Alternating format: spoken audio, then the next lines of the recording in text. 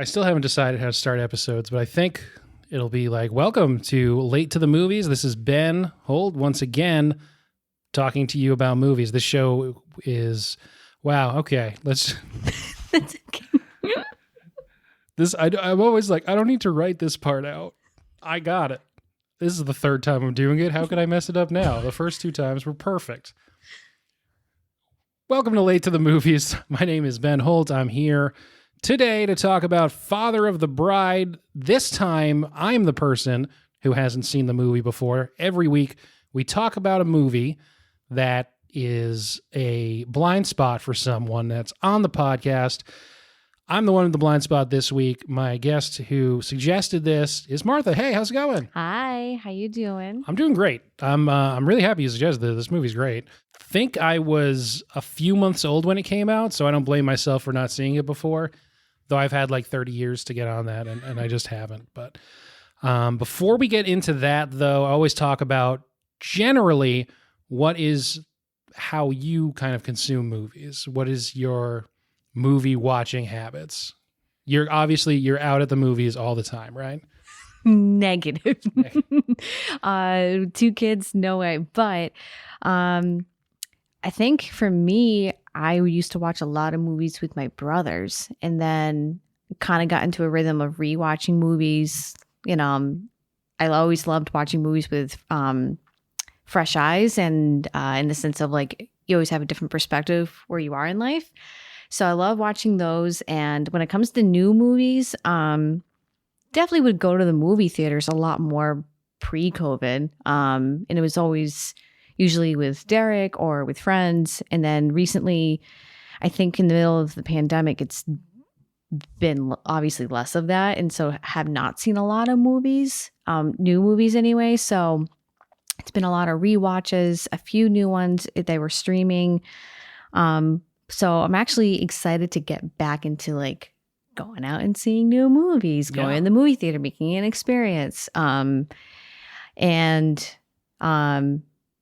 think for me, I'm definitely not one that like wants to go to the movie theater just to like see a movie. I have to really be interested in the story or anything like that. I'm excited to, I don't know, get back into society and look at new movies. I think everyone's eyeing some sort of re-entry into the culture after so long away, especially specific to movies. So many of them just didn't come out during the pandemic. Yeah. And now we're kind of seeing a glut as someone who does go to the movies a lot, even if I don't really care about the story, just because I like the movies. In October especially, things are like really popping off. Every weekend there's something coming out. So I'm looking forward to it. Yeah, me too. Me too, for sure. Specific to what you said about watching movies with your brothers, I'm glad you brought up that because kind of the kernel for this show sort of came from you. I think, okay, you're nodding yes. It was a mutual idea. It was a brainstorming sesh. It was. But I think you came up with the specifics of the show and also the name of the show. So it was a group effort. Yeah, okay. Very modest. I appreciate that. So the way that I've been trying to convince people to come on is sending them a list of movies and saying, hey, what's something that you want to see or that you have seen that you'd want to talk about? And the list of movies came from that same brainstorming session when we opened up your brother's prodigiously stacked Apple movie account and went through the more than there's like 800 in there or something? 600 or something. Yeah. We went through all of them, and I wrote down very kind of sloppily the titles of many movies. Last week's episode was Miscongeniality. Autocorrect changed that to Miscongenital. Father of the Bride, I think got messed up also in there. I don't... Father? It was like fire. I think it said Father if the Bride. Yep. There's a lot of misspellings in there, but most people get it. So that's been a big part of how I'm actually able to get people to do this, because it's a really hard question to say, what movie haven't you seen that you want to? So this is at least giving people some ideas. So thank you to you and your brothers for that. You're welcome. So getting into specifically Father of the Bride, I didn't know a ton about it going in. I knew it was a Charles Shire directed film written by him and Nancy Meyers.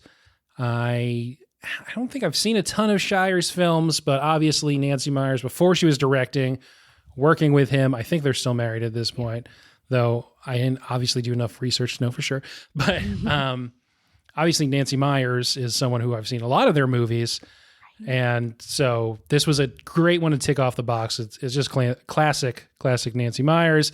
I love Steve Martin, love Diane Keaton. I love Kieran Culkin. It's not like he's doing a ton in this movie. He's like, no, but it's cool to see a Culkin like sibling in there. Yeah. Good on him. So that was essentially, I didn't know Kieran Culkin was in it going in. So I should say I knew about Steve Martin and Keaton and Nancy Meyers' involvement, but that was pretty much it. Yeah. What do you, before rewatching it, think about the movie? Why was it such a big deal to you? Well, I think it's just one that was just in the repertoire of like my household. It was just like we watched it. I mean, what did it come out in 91? Yeah. So I was 1, but I have vivid memories of watching it when I was like 5 and 6. And it kind of just stayed with me. It was one of those that you would pull it out like once a year, or you would see it on TV or something. It's like, oh, let's watch Father of the Bride. We love this movie. It's extremely watchable. Exactly. And it's one of those that you don't really need to know the story, where you can like pop in at any point and kind of catch on what's going on. It's definitely well set around different comedic set pieces, essentially. Yeah, exactly. And I think my parents liked it because it's actually a remake of Father of the Bride from the 50s with Elizabeth Taylor, I think. That sounds right. So it's just one of those like, oh, we know the story, but it's been modernized. We love Nancy Meyers, and obviously a fantastic cast. So, so for me, it's been just part of my childhood and kind of just grew into my adulthood. It's one of those that like you think of quotes and lines and, you use it kind of thing. Yeah. I think I have a note on this for closer to the end, but this really seems like a movie that you can relate to a different character in each stage of your life, pretty much. Yeah, absolutely. So you've already been a couple of them, but eventually you get through all of them, I guess. And that's obviously a movie that if this is in your family's rotation, it's got something for everyone in it. It was really good. So thanks for suggesting it. You're welcome. I guess we could end there, but let's talk about the movie a little bit.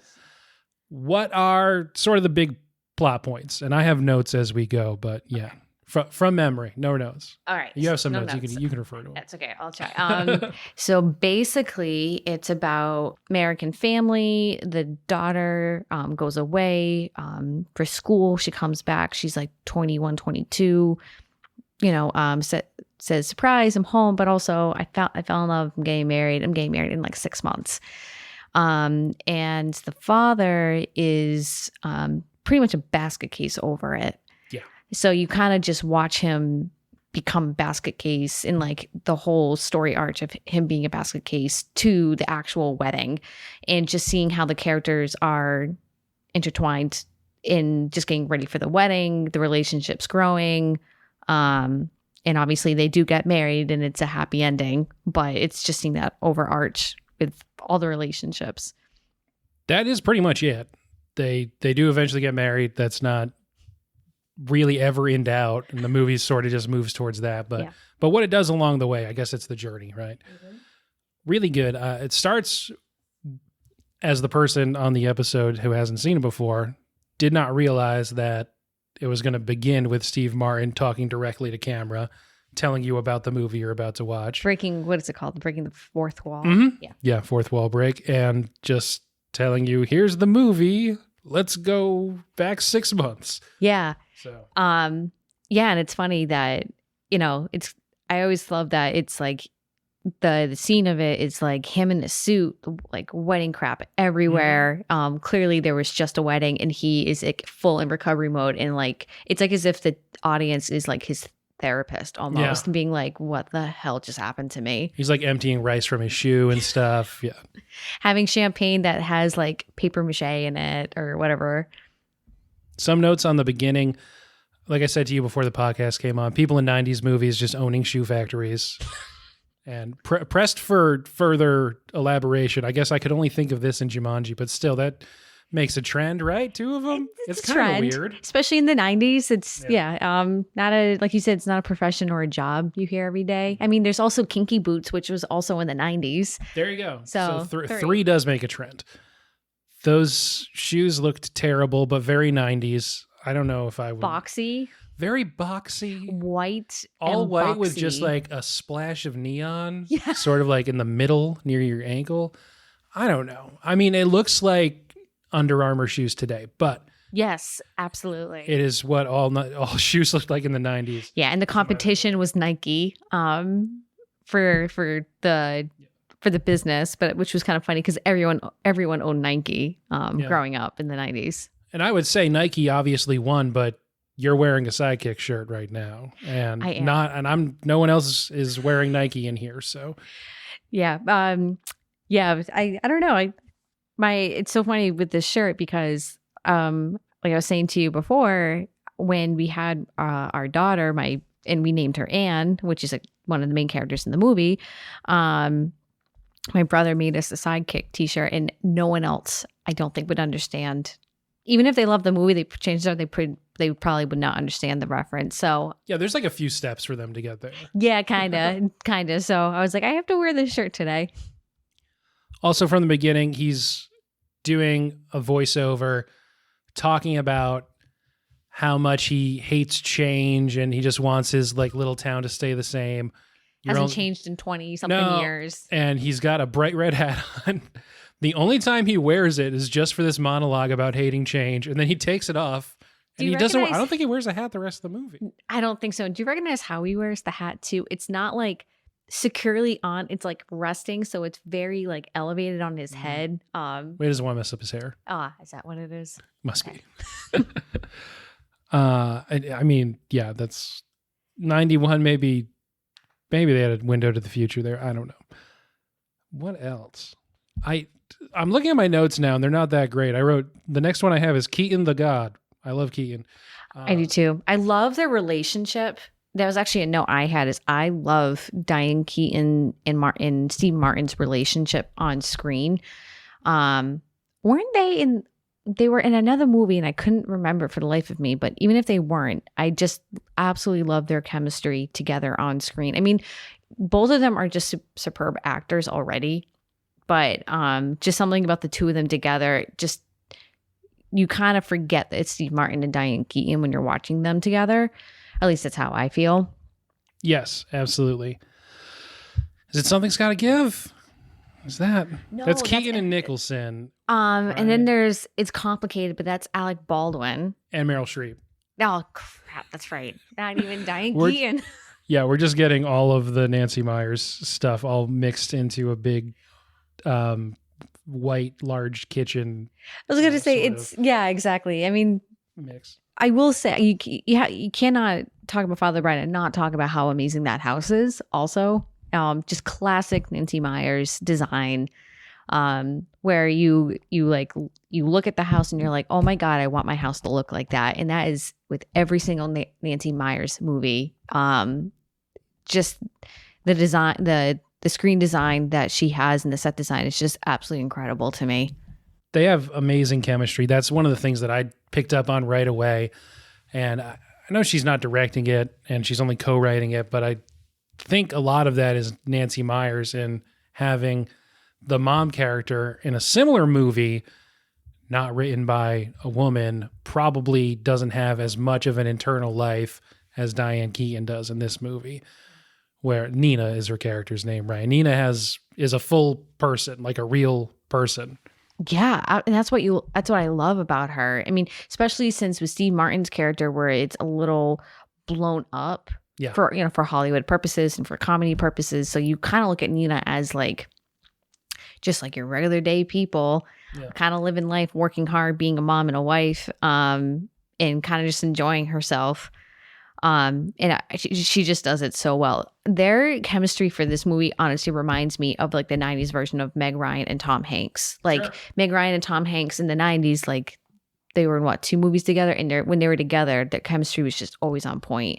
With Steve Martin being, Steve Martin, not that Diane Keaton isn't Diane Keaton, but the kind of performance that Steve Martin's giving, it I think would be a really tough challenge for an actor to not kind of get blown off the screen and have all the focus on Steve Martin, but she is perfectly even with him. It's totally very equal, and not from an energy standpoint because she's not giving that same energy, but just from a presence, I guess, standpoint is what I'm trying to say. Yeah.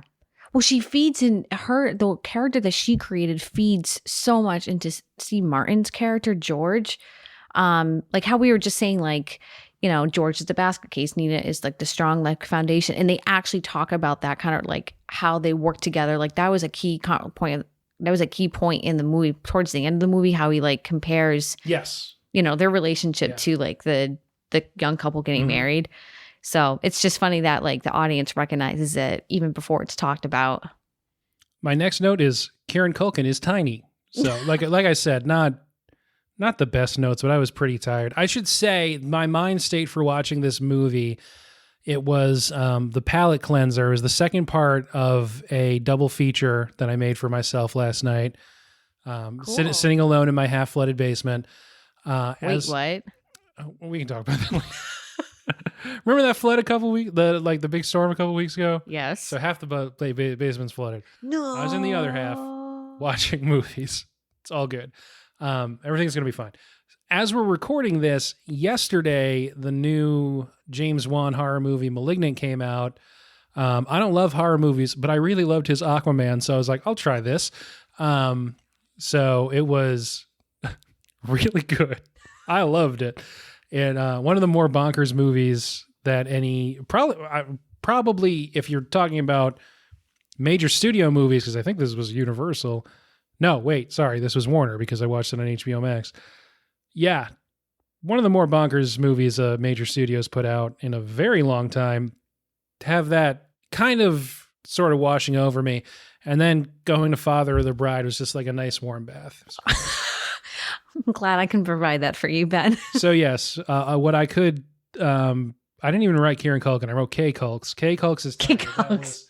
He is really tiny. He looks like he's 3. Yeah. And then he talks he like already he's has 12. that face, though. He does. We'll get to the way that Nancy Meyers writes children. But yeah, I love Kieran Culkin. Succession season 3 is coming back soon. Can't wait. But yeah, I feel like him not being the main Culkin at this point in time. My intake with him is this, and then 20 years later, Scott Pilgrim, and then 10 years after that, Succession. Sort of my Kieran Culkin. That's funny. And see, I have never seen him in anything else except Father of the Bride. Okay. Well, you can come on for the Scott Pilgrim episode that we will inevitably do. I really liked the scenes around their basketball hoop that they return to a few times throughout the movie to sort of mark the way that Steve Martin sees his daughter, George. Yep. We don't have to say Steve Martin every time. The way George sees Annie, and I don't know, there's some really good stuff out there. Yeah, Usually with basketball it can be kind of shaky, but they seem to not be that terrible. So. No, they're pretty good. They're pretty solid at it. No, but I know what you mean. It's kind of like the basketball is kind of like one of the few things that kind of keeps all of them grounded. And it's like if there's chaos, it's like let's just go back and like do something that we love to do, which is just playing basketball in the backyard. And I mean, it's kind of, I don't know. It also sends a lot of warm and fuzzies when like, the sun is setting, they're playing basketball. They just got into a fight. They're playing basketball. And all of a sudden my girl starts playing. It's like, how can you not love this right now? Yeah, no, it's just, like weapons grade targeting your feelings. A little, yeah. At a lot of different points in this movie. The balance between the sort of over-the-top stuff that Steve Martin pretty much for at least the first half of the movie until Martin Short shows up, the kind of level that he's at, mixed with these like really real sort of emotional scenes, it's just really good. Those are really hard to balance in a lot of movies, but yeah, I agree with that. There's like an underlying sweetness to everything in this. Good movie. Yeah, but I will say, you know what's funny though is like it's a really sweet movie, but coming at it with fresh eyes, I was like I was saying to you before we started the podcast, I was like, my God, this is so outdated now, just on so many different levels. And like you were saying, what I thought was interesting is that for my entire life, it's like I have understood Annie. I wanted to be Annie. I permed my hair to be like Annie when I was like 8. Oh no! Like my hair was great. I loved my curly hair. Then great. I loved my hair, but like I wanted to be her. But now that I'm in my 30s, got a couple of kids, I'm working hard. I rewatching the movie, I was like, oh shit, I understand George a lot more. Like in the sense of like, I kind of don't blame him for freaking out. Like, hasn't seen his daughter in 3 months. She's away from home for the first time. She's 22. And all of a sudden, like I said, she comes back. I'm engaged, never met the guy. It's going to be all fine. And he's like, what? I kind of want you to focus on your career. Like, isn't that a marvelous thing? And she's like, yeah, I will, but I want to get married. So kind of don't blame him for that. And then they like talk about pricing and it's like $250 a head for 600 people. Equates to a 91, like $150,000 for a wedding. Kind of don't blame him for being a little panicky. Yeah, it's a lot. It's a lot. It's more than I would want to spend on a wedding that's like half at your house. Right? Exactly. So I don't blame him. But at the same time, then there's like this flip side of like, he kind of seems like a controlling dad. Like he wants to keep her for himself. Like there's like a little bit of that feeling. And it's like, let her be, like she's fine. So I don't know. I had conflicting feelings. Yeah. I think that's definitely fair. I don't know. Sometimes you see someone thing and you're like, oh, they can't have made that today. And I don't know if that's entirely true here, but there's definitely some stuff that would have been toned down. Totally. I think it's probably, I don't know if saved is the right word because I don't think it's in need of saving, but that part is sort of undercut by, I don't think at any point the movie is saying that Steve Martin is in the right, George. Yeah. It's always kind of pointing out that George is being sort of a tool about everything. Totally. Yeah, it's definitely not one of those movies, like you said, that like you look back and you're like, eek, that looks so bad right now. It's actually like, okay, it's not so bad. You could still look back at it and be like, things have changed, but it's nostalgia still. So this is when they go and Martin Short enters as the wedding coordinator. And B.D. Wong's his assistant. I think this is only like a year or two before Jurassic Park. Yeah, I think so. But Martin Short comes in, is doing a lot. What is his accent? Totally made up. Totally 100% made up. But what do you think he's mixing? French? Yeah. There's a little German, I think, too. Hungarian? Right? Maybe, yeah. And then just obviously gibberish half the time. Yeah. I love the detail that when it's very explicitly unintelligible, that everyone understands what he's saying besides George. Except George. Very good. That's just funny.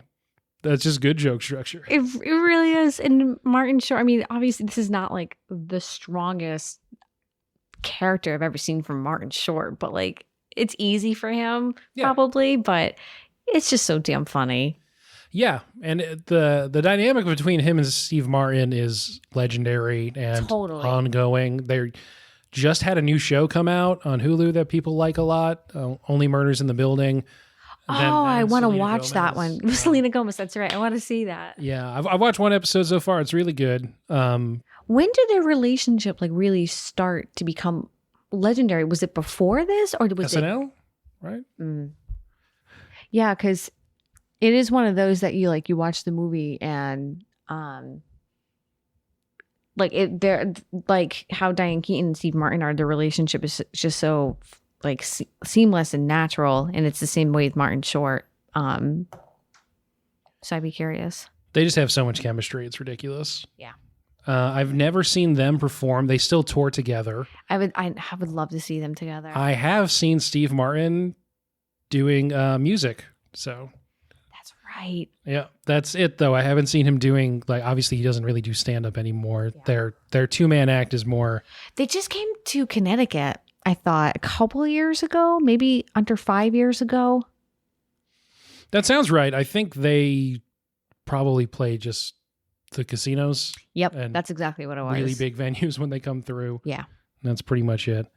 Anyway, people really like Only Murders in the Building. So they're still doing comedy together and still people are liking it. And it's a great career for both of them. Yeah, absolutely. And my next note, again, this is pretty disjointed. Steve Martin getting his ankles broke. That was about the basketball scene. B.D. Wong in the house. I don't remember writing half of these.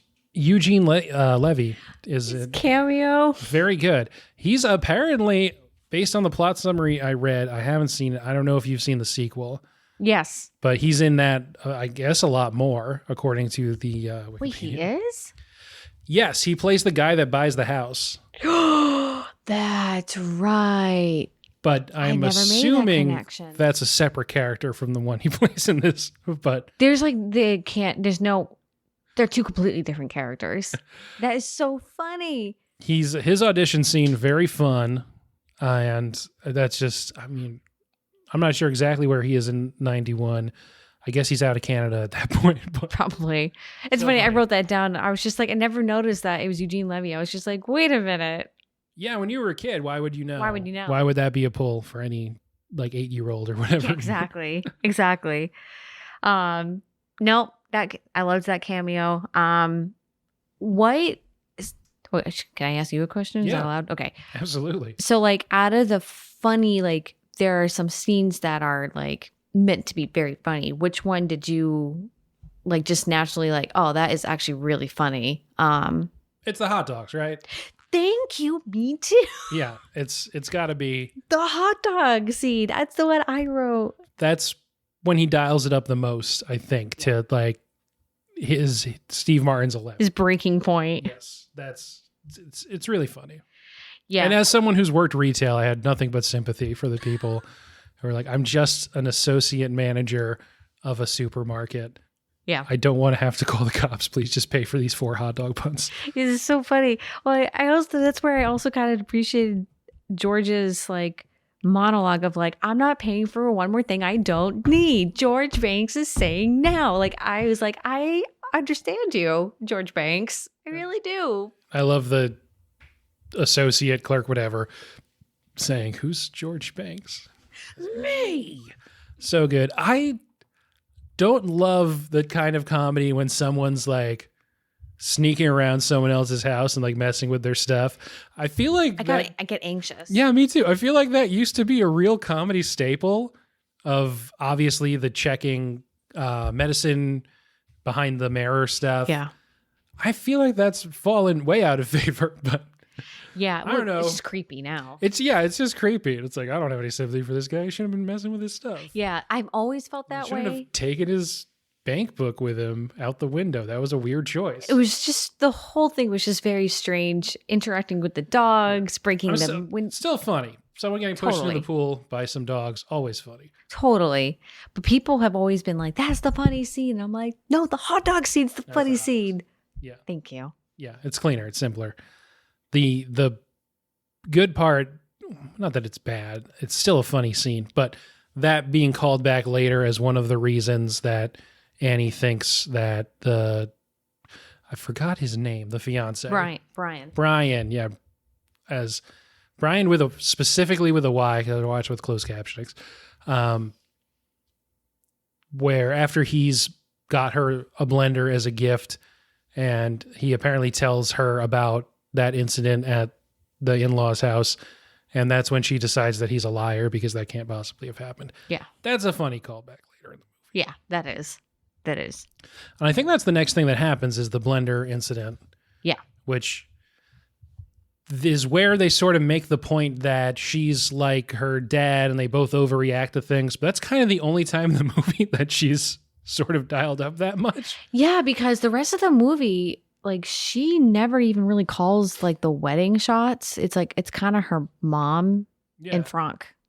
But it's not like anyone else is that stressed out. No. Except for that one moment with the blender was just, a straw that broke the camel's back situation for her. No, even at one point in the movie, like Annie like was sleeping on the couch, and George comes and sees that like she wrote down all these notes and like how to make a wedding cheaper. Like clearly, like Yeah. like cool. I'll change things around. It's not a big deal. And then all of a sudden she dials it up to 11 herself. It's like, okay. So it doesn't explicitly say like, oh, she's been holding everything in and this is what made her explode or something. But I guess that's what the implication is. Yeah. That leads to the scene that you referenced before where Steve Martin's narration talks about how they are the same as him and his wife, just with reversed. Yeah. And that's a really nice scene. The next one, so Blender and then Nancy Meyers writing Bizarre Children. When, however old Kieran Culkin's supposed to be here, so like this. So this is the scene where they're in the hallway and he's like telling them, you know, it's right then together, right left foot together. He's practicing to go walk down the aisle. And he says, oh, I feel like I've been neglecting you. And Kieran Culkin, again, like an 8-year-old, says, no permanent damage done. Yeah. And then it's the line after that I can't remember the specifics of, but just he says something like, isn't it going to be weird now? Yeah. Isn't it going to be weird now? Just you, me, and mommy. Yeah. Which isn't something a child says. It's not the idea, sure, but the way he phrases it is like a very weirdly sort of analytical way of looking. Yeah. It's true. I never thought of that. Yeah. But yeah, Precocious Kids, as far as the eye can see, obviously her debut directorial feature is the Lindsay Lohan Parent Trap, right? So that's also kids doing adult things. Yeah, I forgot. That's right. That's right. Well, you know what's also funny too about that line is like Annie was away in Europe for like 3 months. So it's like, and she's been in college, and she's right? been in college. She's 22. Yeah. So it's like, dude, it's been like this for months now, years. Yeah. Like, it's not going to change. That happens next. It's a really nice scene outdoors after this. Steve Martin goes down to the basketball court and he's out there. It's the night before the wedding and they can't sleep. And they're talking about it. And I wrote down, it's kind of strange that why does she have to move out the day she gets married? Yeah, I think that's where it gets a little old fashioned, because that was just what women did. Once you got married, you were not like you were moved out. But they say very explicitly that she has packed up everything she owns, including her retainers. Yeah, I was like, that's as weird. if they're going to like rent out that room and they need all of her stuff, any trace of her gone. Yeah. Also, she's packing up boxes the night before. Right. Like, yeah. Weird. I feel like that can wait till they get back from their honeymoon. I don't know. Or just move your stuff before. I guess George and Nina need that room. I don't know for what. They're turning it into an office or something. Well, it was completely empty. That's where I guess it's supposed to be. I guess they used it for a symbol, because like the next day she the camera has her in her wedding dress in that room. Magically, there's all these mirrors all of a sudden. There is a lot of mirrors. That is true. So I wonder if it's supposed to be symbolic. I don't know. I just feel like they could have given her a break. Just her parents could have been like, you don't have to literally pack up everything you own tonight. You can chill a little bit. Right. Aside from that, that's a really nice scene, though. Just a lovely bit of writing that she talks about. I guess just everything, just the relationship with her dad. And George says that sweet. It starts snowing. It's the first time it's snowed in 30-something years in LA. Yeah. And he says, I'm going to remember this moment for the rest of my life. Really good. Just, no notes. Yeah. And I think that's why it's been such a nostalgic movie for a lot of people who grew up in the 90s. I mean, truthfully, growing up, this was the movie that a lot of girls were kind of like, I want my wedding to be like this. I'm going to use things from this movie to be part of my wedding. I think there was a lot of that. And it clearly showed like from just like different wedding styles. Even like there were a couple of friends of mine that got married, and it was just like, oh yeah, had to throw in that reference to Follow the Bride. Like there's just a lot of that. That makes a ton of sense. I can obviously see why this is a touchstone for a lot of people. That scene at their house seems like maybe either real snow or high budget fake snow. And then the next scene at the church looks like very, very fake snow. Very fake snow. There's an establishing shot of a church. They spent like $10 at Party City on some fake snow They're like nailed and it. sort of draped it over some bushes that are way off in the background.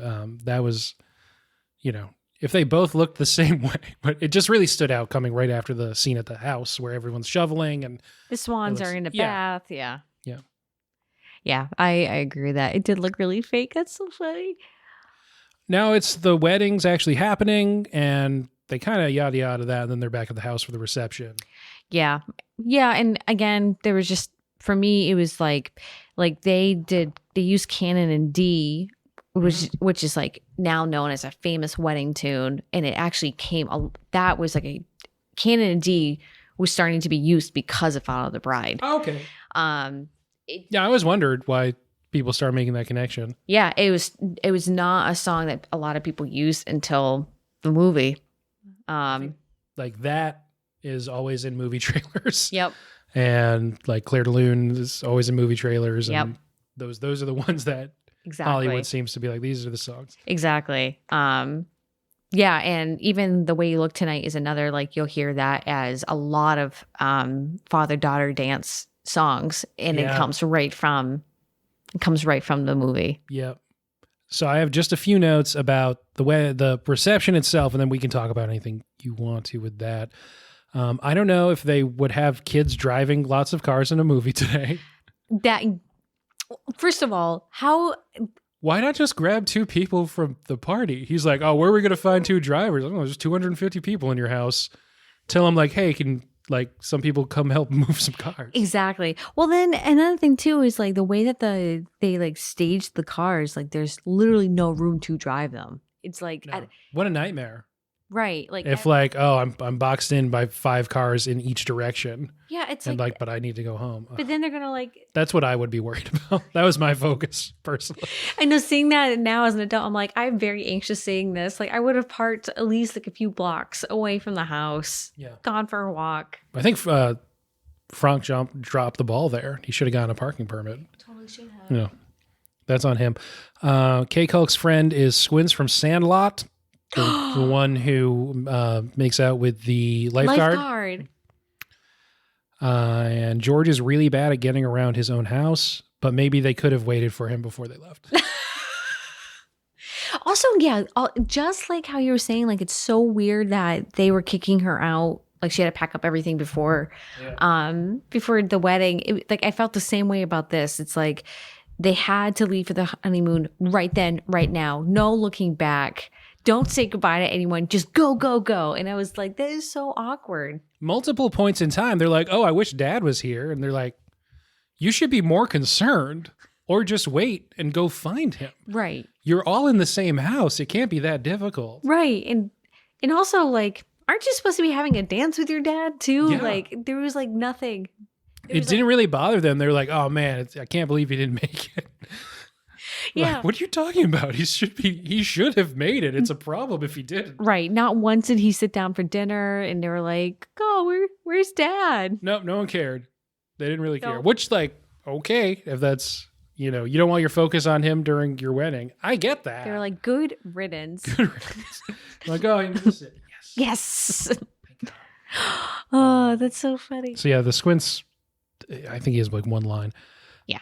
The phone call is nice though, is my next one. She calls him from the airport as they're about to get on the plane. Very sweet. And then it ends with him dancing. The final shot's really nice. That it just is. Was Steve Tyrell singing The Way You Look Tonight? Yeah. I think. Yeah. I think so. Martin and Keaton just talking, and then it goes to a shot from outside, them framed by their slider door. Yeah. Dancing in the living room to that. As it pulls back, the lights dim on the outside and there's a spotlight on them. And that's how it ends. Really nice shot. Really good ending. And then I think I fell asleep. Thank you for watching this movie. Such a good movie. Late. Thank you for recommending this. This was such a great movie. You're welcome. Some final thoughts. So you've already talked a lot about how it held up to what you remember, the parts that were kind of like, but for the most part, it's still a top pick for you, right? Yeah, definitely one that I think, again, if it's on TV, it's like, oh yeah, I'm definitely going to have that on in the background. Definitely has stuff. It definitely still has the nostalgic feeling to it. I still find some parts of it funny, like the hot dog scene. Frank's character is over the top and still hilarious. Yeah. Yeah, like I said, some things are just a little outdated or a little odd, but I feel like you're gonna find that with any movie from the past. Yeah, I think you can mentally transpose those parts to this was 30 years ago, and it's not the worst thing that could be in the last 30 years, obviously. Yeah. Hopefully get to do some more Nancy Meyers movies because I like her stuff a lot, and there's a lot to sign me up. I love her. A lot of good stuff to pick from. We just have to find people who haven't seen it is the only problem. Yeah, I mean, and make a list of Nancy Meyers movies too, because there's a lot of them. But I feel like with Father of the Bride, it is one of those movies though that for me, it's kind of like it is one of her classic, more famous movies. Mm-hmm. Like not to completely just discredit what Charles Shire did in actually directing the movie and co-writing it. He was wonderful. But I do, but whatever. We're giving more credit to Nancy Meyers, obviously. Yeah.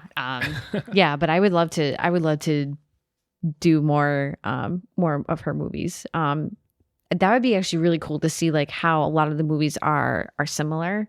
Yeah. And just in their direction and their set design.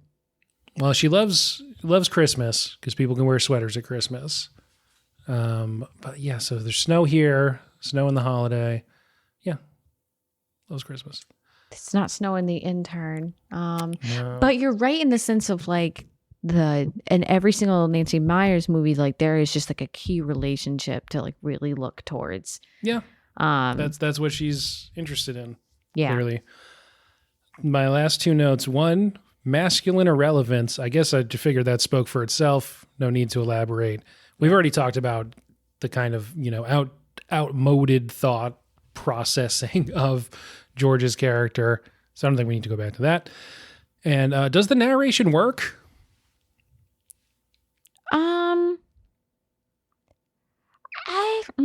No, I think you don't. I think it's not necessary. With the, different social mores and stuff aside, that's the part that feels the most outdated to me, is it does a lot of telling and not showing. Yeah. And a lot of the naughtier ideas that George is sort of wrestling with internally, they just tell you. And I think what I wrote down is the scene in the snow where they're talking to each other, him and his daughter are actually talking about their feelings and stuff. I feel like works so much better and hits so much harder because it's two characters actually interacting. It's not just a narration saying, here are my thoughts. Yeah. No, I agree with that. And sometimes like I find that like when you're watching a scene and like you're seeing someone's expression and like, you see the other person's reaction to it, and all of a sudden here's just like this like third voice kind of trickling in, it kind of like kills the mood a little in some ways. And I feel like it kind of did with him occasionally. I even felt that way with the opening scene with him just talking. Is it really necessary? I don't know.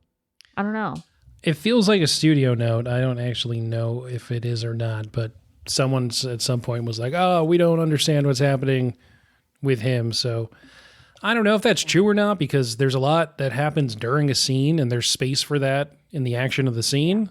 So I guess it's probably baked in from the beginning, but yeah. And I mean, I don't know. This is not a complicated story either. Like you see a father wrestling with what his daughter is announcing. You see him wrestling with the actual wedding. And then you kind of see like his journey.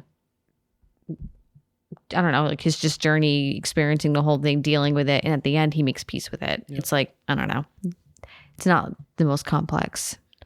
No, it's not. But it's really good. Yeah, it is. I recommend it. I feel like it's a solid classic movie from the early 90s. Yeah. Strong characters. It's strong actors and actors that are still around today. They're doing really well. The only people that you really hear from are the actors that play Brian, the in-laws. Kimberly Davis is doing a few things, but she's not one that people like really know her. No, but I think you do this and then you're good, maybe. Yeah, it's true. Yeah. Getting whatever residuals for it whenever it's on TV. But like with Martin Short, Steve Martin, Diane Keaton, I mean, Can't go wrong. You can't go wrong with them. Yeah. I think we nailed it. Yeah. Any last final thoughts? Kind of gave them already, right? Yeah, I think I did. It's Cool. a good movie. Thanks It's for a doing good this. movie. Yeah, so there's a Father of the Bride Part 2 where Nina gets pregnant at the same time as Annie. Yep. That doesn't sound super great. It's kind of an awkward movie. It's a little forced. It feels a little awkward. In their defense, the original from the 50s has a sequel that has the same plot, but maybe not as weird in the 50s. I don't know. Yeah, maybe it's just that. I don't know. This one just felt the second one you feel a little bit angrier at George because he's mad essentially that Yeah, he like sells the house without telling anyone, right? yeah, and like That's a weird thing to do. and he's just mad that there's like another child in the way, and it's kind of like it's just not a good look. Also a plot line in Malignant, as weird as it is to say. Really? Mm-hmm. And right, I remember what I was going to say. There's a third one too, kind of. Father of the Bride Part 3-ish, I believe is on Netflix. They did it last year as a Zoom Yes. situation. Did you watch it? I have not watched it. Based on your tone, nah? I mean, it's sweet just to see the whole cast come together again, you know, especially when we were in the middle of the pandemic and we all just needed something, Mm-hmm. you know, and like anyone that's obsessed with Father of the Bride, it was like, oh, hell yeah, they're coming back together. This is great. Actually watching it, I'm like, this is super forced, but it's at the same time, again, I think it was sweet. It was cool that they did it. Yeah. But it's not like this is the best thing ever. Would be hard, that at that point, 29 years after the movie that people really have all the affection for. Yeah. Yeah. But yeah, I say Florence watch Pugh's it. in it? Yes. And Ben Platt. Okay. That's just who was around, I guess. Yeah, well, so Florence and Ben played the two babies that were born in the second movie. Now they're adults. So Florence Pugh is like Steve Martin's daughter in this. Cool. Yeah. And Ben Platt is Kimberly Davis's son. Like I said, it's cute. Yeah. It's a little cute. And you're like, oh shit, that's Robert De Niro. Like, what's he doing in here? So Yeah. yeah, I recommend it just to say you watched it. And the second one is the same thing. It's weird. Watch it anyway. But it's there. Yeah. But it's there. It's there. Thank you so much for being on. You're welcome. Thanks for having me. Still in the experimental phase, so I think it's very brave. I don't know. This was fun. I'm honored to be a part of it. Anything you want to plug? What do you exactly plug? I don't know. I'm assuming when I have extremely famous people on here, they'll plug their Instagrams and various films and projects. Okay. Let me plug. I got nothing. Kyle plugged the general idea of mindfulness and being a good person. So I dig that, Kyle. yeah. So if you just want to echo that, I guess maybe that can be the thing. All right. Well, I'll echo same thing. I'll echo mindfulness. You do things to help yourself. Cooking, exercise, mindfulness, bike ride, seeing friends. You do you. You get what you put in, right? Exactly. That's you do life. you, baby. It's been late to the movies.